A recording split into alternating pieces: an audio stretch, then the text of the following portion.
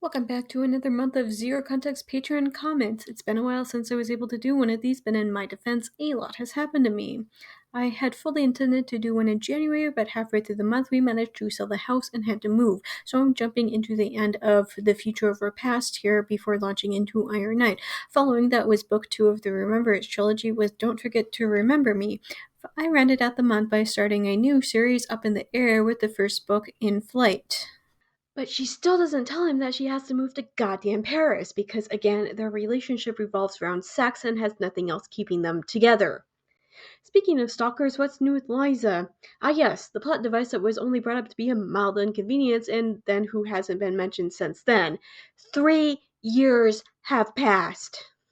I was Ashelin Darkmere Talon, son of Mab, former prince of the Unseelie court, and I was not afraid of a witch on a broom. Is he going to use his full name every goddamn chapter? We get it. You thought of a stupid name that only appeals to 10-year-old girls. Stop using it.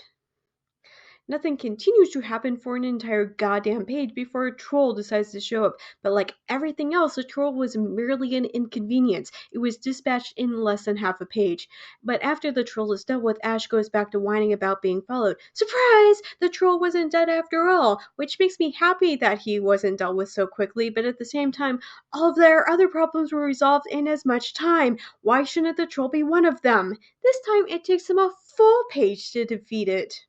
One girl, the half-daughter of Oberon, Megan Chase. I know that she means half-fae, half-human daughter, but that's, not exactly what came out. Like Oberon is half her father or something. Editors?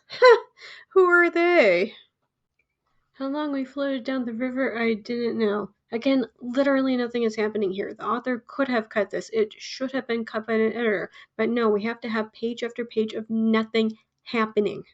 Since the real Meg can't be in the story until after Ash finishes this quest, the only way for her to be in the story is to be a hallucination. However, since literally none of this is real, I'm going to skim until Ash wakes up. None of this is moving the plot forward, so I don't feel bad about skipping it. However, right on cue, they were attacked by giant spiders. I have to give the author props that this one took more than a singular page to overcome. The bar is on the ground at this point, but good job. Despite me complaining that everything in the previous chapter barely took up any time at all, this takes up way too much time. It's like the author cares too much about a fight scene or doesn't care enough. I'm all for a good fight scene, but this ain't it. Mainly because the author has yet to make me care about their stupid journey in 13 chapters, so the fight in the 14th isn't gonna change my opinion. It's not so much that I think that humans are weak, but the argument here is that Ash has never once had no access to 100% of his powers, even stuff like his strength and speed, which aren't really powers, but only because he is something other than human. Meg spent the first 16 years of her life thinking that she was human. She was raised by humans, around other humans, was taught by humans. She knows how to be human because she doesn't know any other way. Ash doesn't, and that's where it becomes a huge problem. If the second and third trials are anything like the first one, they'll be nothing but a mild inconvenience for Ash. But then again, this book has been nothing but a series of mild inconveniences for everybody. Only thing is that this is taking up a lot of time. Also worth noting that there's 5 more chapters left, so... But no matter how happy he was, he still felt as though something was missing. Yeah, like reality. It's not so much that I mind the sacrifice so much as it is the fact that yet another female character was invented simply to be the plot device of a man. She was Ash's girlfriend, and then the source of a lot of Ash's pain after he thought that she died. Even her not dying was nothing but a plot device to further Ash's plot. Then she was a talking GPS to guide him to his happy ending with Meg, followed by her sacrifice. I don't know, man. Say what you will about David Bowie's chillax sitting position in Labyrinth, but nothing says, "You are beneath me, quit wasting my time," quite like sticking your legs over the armrest of a chair. Aaron said you texted him about the food. Is that some sort of code for something? Is this book for real? I don't remember when it's supposed to be set, but goddamn, anybody would have to lose more than a decade of memories before they forgot what texting was. I'm pretty sure that it would put them back in a pre-9/11 world. This is literally the 3rd time this chapter that a man has expressed how goddamn incompetent he is in the kitchen to the point where they're demanding that Julia cook dinner for them. It's not funny. This is sexist as hell. Their mamas didn't raise them right. They should put them back and try again. This is the thing that I'm really not liking about this book. The fact that it gave us this amnesia plot, yet neither Ryan nor Julia are having to work in order to regain their love for one another. Julia took one look at this complete stranger and said, "Obviously, I love him." And right now, the only reason why the two of them aren't back to doing it like rabbits is because the author was desperate to draw this out for a full trilogy. Julia, he's a fourth-year med student. He's extremely dedicated and so close to being finished. Don't take it personally. It's not that I blame him for being a fourth-year med student. It's the fact that he's asking that Julia put her literal emotional healing on hold so that he can finish his education. But then again, he also tried to get Julia to put her career on hold so that she could be his kitchen slave. So, yeah, that checks out actually. Ryan will never get over this, Julia. Even if you went to the moon and he never saw you again, he'll always miss you. I saw it when... I'm sorry, but you can love somebody and yet still treat them like shit.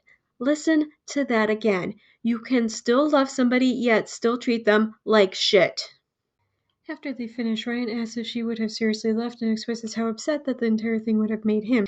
Conveniently never included in any of this is the entire reason why Julia wanted to leave in the first place, nor how terrible Ryan was being over the entire thing. Once again, Julia's emotions and wants are put on the back burner so that Ryan can use her whenever it suits him. Shit, with Jules gone it'll be back to frozen pizza and McDonald's, he groaned in protest. Oh no, you poor thing, you're gonna have to learn how to be an actual adult. How the fuck are these two morons a month away from graduating from med school? They would probably fail to boil water. As the wedding goes on for way too long, and then we skip to the reception, and I can't help but think yet again that any sort of struggle in 2/3 of this series was barely an inconvenience. A man and a woman wanted to be together romantically, but were unwilling to ruin their friendship. They bang. She gets amnesia and forgets him. She remembers him. He doesn't want to push her too much to the point where she decides to leave. He convinces her not to, and so she stays. They get married. There's no struggle. There's no plot. The most interesting thing was when Julia didn't want to go to Paris, if only because something was fucking happening. The most interesting thing was when Julia was going to leave Ryan because then something was fucking happening. But instead, they decide that they'd rather bang. And I get that they literally got married last night, but at the same time, this series has been nothing but the two of them banging. And even when they're not banging, it's complaining that they should be banging. We're not doing this again. Everyone in the world does not need to date. I don't interfere in your life choices. You don't get to interfere with mine. It seems like this is inherently meaningless in a book where a deranged psycho stalks and rapes her, but it's treated like it's the most romantic thing in the world. Well, he is. James Cavendish is too damn beautiful to be real. He scares the shit out of me, I confided. Stephen stopped laughing at that. Why? He asked seriously. I shook my head. Not like that. A different kind of scary. Can't possibly be because he tried to rape her on the plane. Nope, there must be something else. Well, I came here because I very much want to you until neither of us can walk. I want you so bad I can't see straight, but since that won't be happening now, I'm staying to make sure you make it back to your room in one piece. The guy literally sexually assaulted her on the plane, but her being drunk is where he draws the line with consent. Why didn't you tell me you were taking this flight? I murmured the question to him as I took his jacket, my voice pitched low. It was a last-minute decision. I didn't know until this morning that I had urgent business in Las Vegas that needed my attention today. This entire thing is so gross. Now he's stalking her to Vegas. Is he going to be on all of her flights from here on out? If she took a flight to Shanghai, would he follow her? And it's thanks to her because James Cavendish is crazy about her. So crazy, in fact, that he rented that entire bar out for the night, all just so that he could get her number and spend some time with her. That's not weird or remotely creepy whatsoever. Nope, nothing unusual here. James demands a safe word from her and is like, I'm in charge here, but if you don't like it, you can safe word out. Which is great that he's establishing a safe word, but at the same time, he can't be bothered to actually ask her what her limits are and to agree to explore things with her in a safe and controlled environment. This guy is literally a rapist who is using BDSM as an excuse to hurt women. You can support me on Patreon for only $1 a month and read the context for all of these. Plus, supporters also get early access to my regular snock. I'll see you next month, guys.